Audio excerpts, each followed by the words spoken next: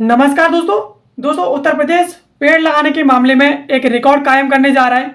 अभी हाल ही में शुरू किए गए वन महोत्सव के तहत उत्तर प्रदेश अब करोड़ों की संख्या में पेड़ लगाएगा और इसके तहत अब एक नया रिकॉर्ड कायम करने जा रहा है। और अभी हाल ही में शुरू किए गए वन महोत्सव जो कि 1 जुलाई से लेकर के 7 जुलाई तक चलेगा, इसमें उत्तर प्रदेश सरकार और उत्तर प्रदेश की कई इकाइयाँ इसमें पेड़ लगाएंगी। और इसे अभी हाल ही में उत्तर प्रदेश के मुख्यमंत्री और वन राज्य मंत्री के द्वारा एक उच्च स्तरीय बैठक के द्वारा इसे हरी झंडी दिखा दी गई है। चलिए इसके बारे में विस्तार से समझ लेते हैं कि और इसमें क्या क्या होने वाला है। मेरे साथ वीडियो में अंत तक बने रहिए। मेरा नाम है सचिन और मैं कंसीडर आईएएस की एक और नई वीडियो में आप सभी का स्वागत करता हूं। खबर की बात करें तो खबर है एक पेड़ माँ के लिए, यानी उत्तर प्रदेश ने जलवायु संकट से निपटने के लिए एक ऐतिहासिक वृक्षारोपण का लक्ष्य रखा है और इसी लक्ष्य के तहत अब उत्तर प्रदेश एक रिकॉर्ड कायम करने जा रहा है। चलिए अब खबर के प्रमुख बिंदुओं के बारे में बात करते हैं। तो यह जो अभियान है वो केंद्रीय राज्य सरकार के द्वारा नहीं बल्कि उत्तर प्रदेश सरकार के द्वारा उत्तर प्रदेश सरकार के जो वन एवं वन्यजीव विभाग है उसकी अगुवाई में इसे संचालित किया जा रहा है। और यहाँ पर मुख्यमंत्री योगी आदित्यनाथ और वन राज्य मंत्री हैं अरुण कुमार सक्सेना, इनकी एक उच्च स्तरीय समीक्षा बैठक में इसे हरी झंडी दिखा दी गई है। इस साल यह अभियान 1 जुलाई से लेकर के 7 जुलाई तक चलेगा, जो कि मानसून के प्रथम जो सप्ताह है उसके प्रारंभिक सप्ताह में आयुर्विज्ञान, इसके साथ औद्योगिक और शहरी क्षेत्रों में हरियाली बढ़ाने का एक सुनहरा मौका है। यानी उत्तर प्रदेश सरकार के द्वारा इस वन महोत्सव के तहत ये वन महोत्सव है जो कि 1 जुलाई से लेकर के 7 जुलाई तक चलाया जा रहा है। अब इसे उत्तर प्रदेश में वन एवं वन्यजीव विभाग के द्वारा इसे संचालित किया जा रहा है। और इसे अभी हाल ही में उत्तर प्रदेश के मुख्यमंत्री योगी आदित्यनाथ और वन राज्य मंत्री अरुण कुमार सक्सेना जी के द्वारा इसे हरी झंडी दिखा दी गई है। अब इसके तहत पेड़ लगाए जाएंगे और आयुर्विज्ञान, औद्योगिक और शहरी क्षेत्रों में अब एक हरियाली बढ़ाने का एक सुनहरा मौका है। अब यहाँ पर उत्तर प्रदेश में कितने पेड़ लगाए जाएंगे, तो यहाँ पर कुल पेड़ लगाने का जो लक्ष्य रखा है उसमें 35 करोड़ पौधे आते हैं। और इसकी तैयारियों की बात करें तो 24 विभागों और निजी संस्थाओं के सहयोग से 2586 नर्सरियों में 52.33 से लेकर के 52.43 करोड़ पौधे इसमें तैयार किए गए हैं। विभागवार योगदान की बात करें तो वन विभाग ने यहाँ पर टोटल 47.2 करोड़ यहाँ पर पौधे तैयार कर लिए हैं। और इसके साथ बागवानी विभाग ने 1.55 से लेकर के 1.6 करोड़ तक पौधे तैयार किए हैं। इसके साथ सिल्क यानी रेशम उत्पादन विभाग के द्वारा यहाँ पर 0.3 से लेकर के 0.33 करोड़ पौधे जो है तैयार कर लिए गए हैं। इसके साथ निजी संस्था और एनजीओ की बात करें तो एनजीओ के द्वारा 3.1 से लेकर के 3.17 करोड़ तक यहाँ पर पौधे तैयार कर लिए गए हैं। और इस तरीके से ये जो पौधे हैं वो लगाए जाएंगे सिर्फ और सिर्फ जुलाई माह के एक सप्ताह के अंदर। अब उत्तर प्रदेश के द्वारा चलाए जा रहे इस वन महोत्सव के की थीम क्या चीज़ है, तो इसकी थीम की बात करें तो इसकी थीम है एक पेड़ माँ के लिए, जिसका उद्देश्य है मातृभूमि और माँ शक्ति को समर्पित यह संदेश देना कि हर पेड़ हमारे जीवन और धरती के लिए बहुत ही ज़्यादा महत्वपूर्ण है। अभियान का नारा भी है कि पेड़ लगाओ और पेड़ बचाओ, यानी इनके द्वारा इसकी जो थीम रखी गई है वो मातृभूमि को समर्पित है। और इससे एक संदेश जाता है कि पेड़ हमारे जीवन के लिए और धरती के लिए बहुत ही ज़्यादा महत्वपूर्ण है।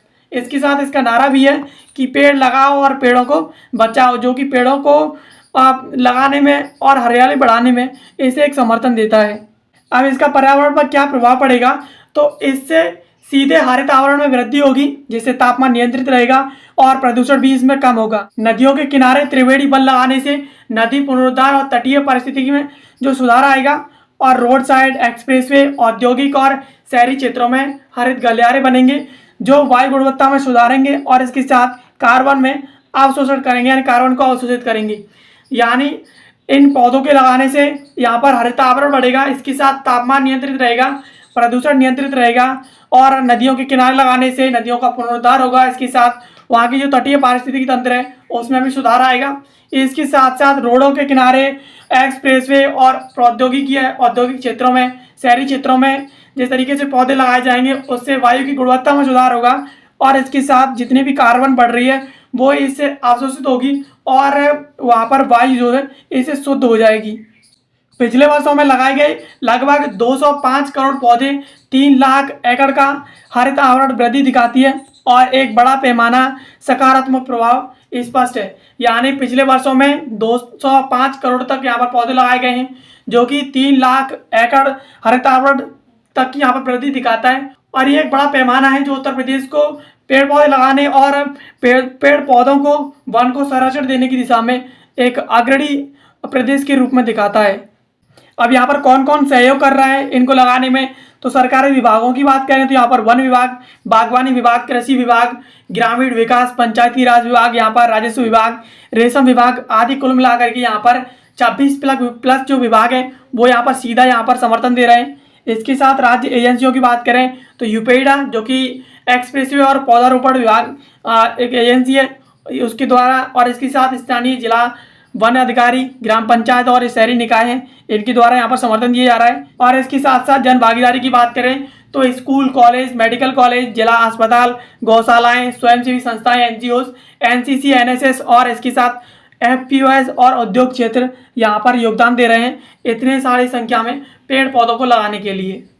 अब इसका भारत और विश्व पर इसका क्या प्रभाव पड़ेगा, तो राष्ट्रीय स्तर पर यह अभियान वन महोत्सव इतिहास में अब तक का सबसे बड़ा बन रहा है और जो बड़े राज्यों के लिए एक मॉडल बन रहा है। यानी राष्ट्रीय स्तर पर ये जो अभियान है वो अब तक का सबसे बड़ा अभियान बनने जा रहा है और ये बड़े राज्यों के लिए एक मॉडल की तरह काम करने वाला है। भारत का कुल हरित क्षेत्र राष्ट्रीय औसत तक बढ़ाने का जो लक्ष्य है वो उत्तर प्रदेश के 20% तक हरित आवरण है, इसे ग्लोबल क्लाइमेट गोल्स के लिए अनुरूप बनाता है। यानी भारत का जो हरित क्षेत्र है और राष्ट्रीय औसत पर बढ़ाने के लिए उसमें योगदान दे रहा है वो 20% तक उत्तर प्रदेश हरित आवरण प्रदान करेगा, जो कि जो भारत के जो ग्लोबल क्लाइमेट गोल्स हैं उनके अनुरूप है, यानी उन्हीं के अनुसार भारत काम कर रहा है। अब बैलेट की दृष्टि से यह क्लाइमेट एडजस्टमेंट यानी तापमान नियंत्रण, बायोडाइवर्सिटी के लिए सहस्थापन और इसके साथ योगदान देगा। अंतर्राष्ट्रीय मंच पर भारत की हरित प्रतिबद्धता को मजबूत करेगा। वैश्विक स्तर पर यह यूरेशियन ग्रीनिंग प्रयासों के साथ सम्मिलित होकर के वन संरक्षण, जैव विविधता और पर्यावरण जागरूकता की दिशा में प्रेरणा बनेगा। यानी इस तरीके से भारत जिस दिशा में बढ़ रहा है और जिस तरीके से भारतीय राज्य काम कर रहे हैं, ये कहीं ना कहीं अंतर्राष्ट्रीय स्तर पर भारत की एक हरित प्रतिबद्धता को मजबूत करता है। यानी भारत का इस क्षेत्र में एक फेस को मजबूत करेगा। इसके साथ साथ वैश्विक स्तर पर भारत का जो यूरेशियन ग्रीनिंग प्रयास है उनमें सम्मिलित होकर के वन संरक्षण, जैव विविधता और पर्यावरण जागरूकता की दिशा में सभी देशों के लिए, बाकी जो कंट्रीज हैं उनके लिए एक प्रेरणा बनेगा। अब यहाँ पर अन्य जो प्रयास किए जा रहे हैं उनमें हर नवजात शिशु को एक पौधा और एवं ग्रीन गोल्ड प्रमाण पत्र यहाँ पर प्रदान किया जाएगा, जो पर्यावरण संवर्धन के साथ साथ स्वास्थ्य के प्रति जो जागरूकता है उसका भी संदेश देता है। सभी लगाए गए पौधों की जियो टैगिंग की जाएगी और उनकी सुरक्षा हेतु बाड़बंदी की जो समुचित व्यवस्था की जाएगी, जिससे पौधों की निगरानी और संरक्षण की यहाँ पर सुनिश्चित हो सके।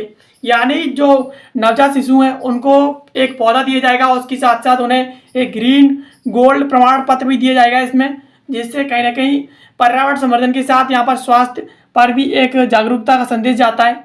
और इसके साथ जितने भी पौधे लगाए जाएंगे उन सभी की जियो टैगिंग की जाएगी, जिससे उनकी बाड़बंदी जो है वो भी सुनिश्चित की जाएगी, ताकि पौधे सुरक्षित रहें और उन पर समय समय पर उनमें पानी दिया जा सके और उनका यहाँ पर पूरी तरीके से संरक्षण सुनिश्चित किया जा सके।